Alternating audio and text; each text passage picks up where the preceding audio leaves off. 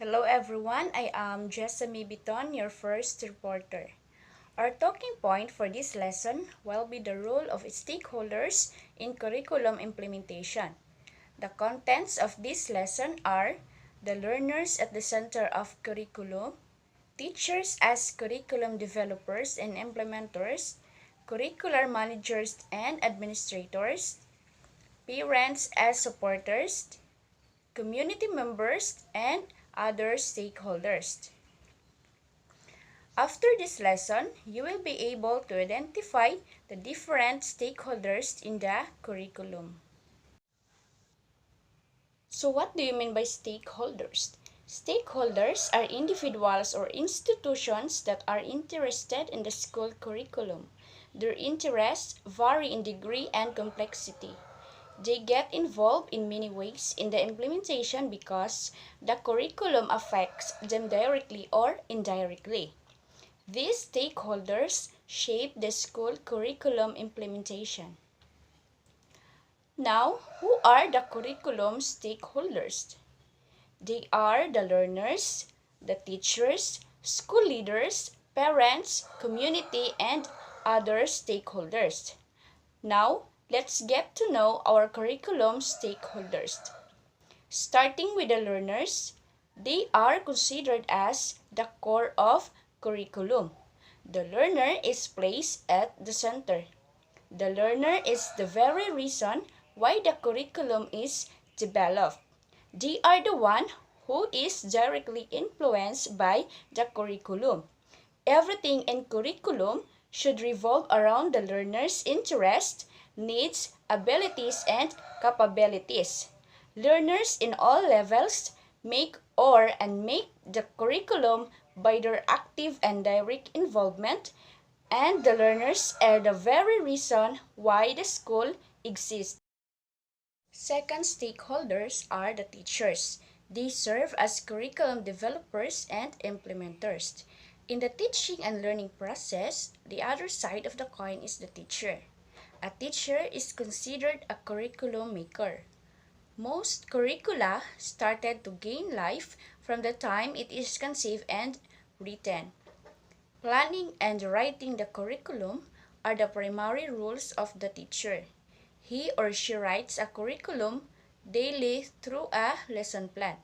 The teacher designs, enriches, and modifies the curriculum to suit the learner's characteristics. Teachers are empowered to develop their own curricula, taking into consideration their own expertise, the context of the school, and the abilities of the learners. Teachers' role shifts from planning to doing. Teachers' role as an implementer is very crucial.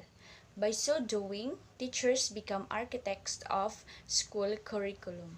Next, we have school leaders. School leaders serve as a curriculum managers and administrators. In school organization, there is always a curriculum manager or school administrator. In fact, for school principals, one of their functions is being school manager. The final decision making in terms of school purpose rests on the shoulders of school administrators. So why are school administrators and curriculum managers important to curriculum implementation? They are important because they supervise curriculum implementation. They select and recruit new teachers. They admit students, prepare equipment and materials needed for effective learning. They also plan for the improvement of school facilities and physical plans. The role of administrators can never be ignored. The principle of command, responsibility, and institutional leadership rest on the shoulders of the school administrators. In the academic institutions, school administrators have great stake or concern about what kind of curriculum their schools offer and how these are implemented. So good afternoon everyone. This is Jessamine Bulungan Palahang and I will be the one to continue the report of Ms. Jessamine Biton for the rules of stakeholders in curriculum implementation. So one of that curriculum stakeholders curriculum implementation is the parents. The parents, the supporters to curriculum. Parents are the best supporters of the school, especially because they are the one paying for the child's education.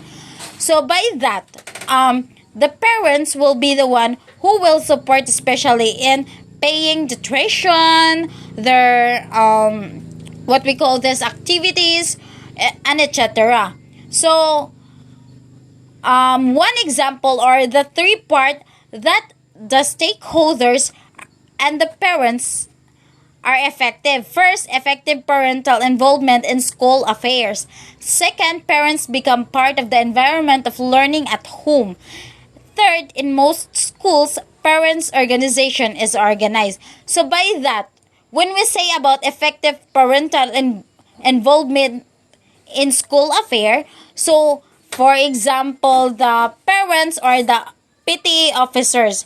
When we say the PTA officer, it is all about the parents. The parents are the officer in this part of organization. They are the one we will do the what we call this organization to help the or to support the curriculum for the learners. Then second time around is the parents become part of environmental for learning at home.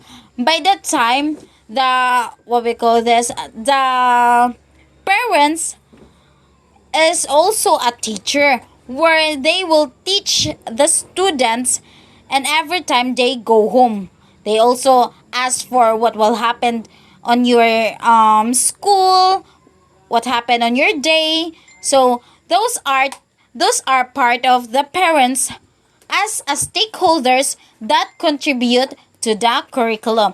And last is in most school parents organization is organized. So what I've said that parents or the PTA officials or any organization that the parents are involved is one of the examples of supports in curriculum. So the second stakeholders is the community wherein respect community members can be included in school boards.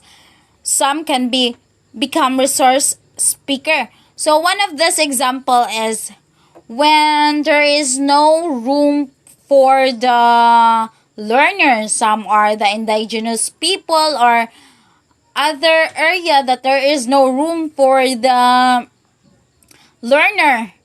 So the community are the one or they are the one who will give that or who will provide that what we call this areas or classroom for the learner to be learned. So another stakeholders in curriculum implementation, professional organization have shown great influence in school curriculum. So government organization has a great stake in curriculum implementation. It is represented by. So these are the what we call this government organization or the government are involved for the education of the learner, whereas they are also part in stakeholders for curriculum implementation. First, we have Department of Education, which is DepEd, Basic Education Curricula. Second, Commission on Higher Education, which is the CHED, Tertiary and Graduate Education. So, third one is Professionals Regulation Commission, PRC. And the fourth one is Local Government Units or the LJU. So those four government organization are the one who will help the learner to develop their learning rather. So by that, they are also the one who will contribute or the stakeholders who will involve supports and implementing the curriculum. So also there are a lot of non-government organization, like for example Gawad Kalinga, to build communities means to include education. So we all know and we heard about Gawad ng Kalinga.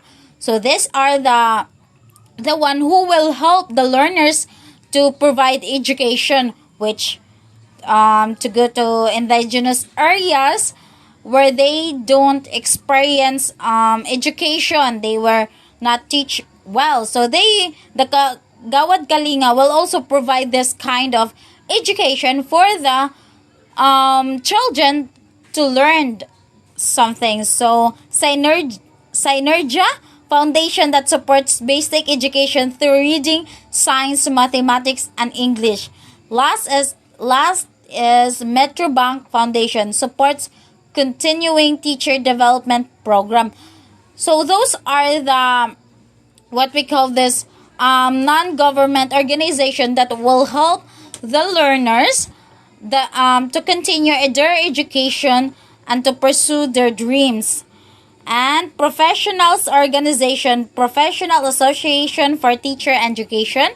Second, State University and Colleges Teacher Education Association. Third, National Organization of Science Teacher and Educations. Fourth, Mathematics Teacher Association of the Philippines. So those are the professional organization that will help to provide, to support the implementation of curriculum. That curriculum will be good effective if the learner that will be effective if the learner learns from it, if the learner develop their knowledge, if the learner gives their idea on something. Alright, that's all our report about the role of stakeholders in curriculum implementation. Thank you and God bless everyone.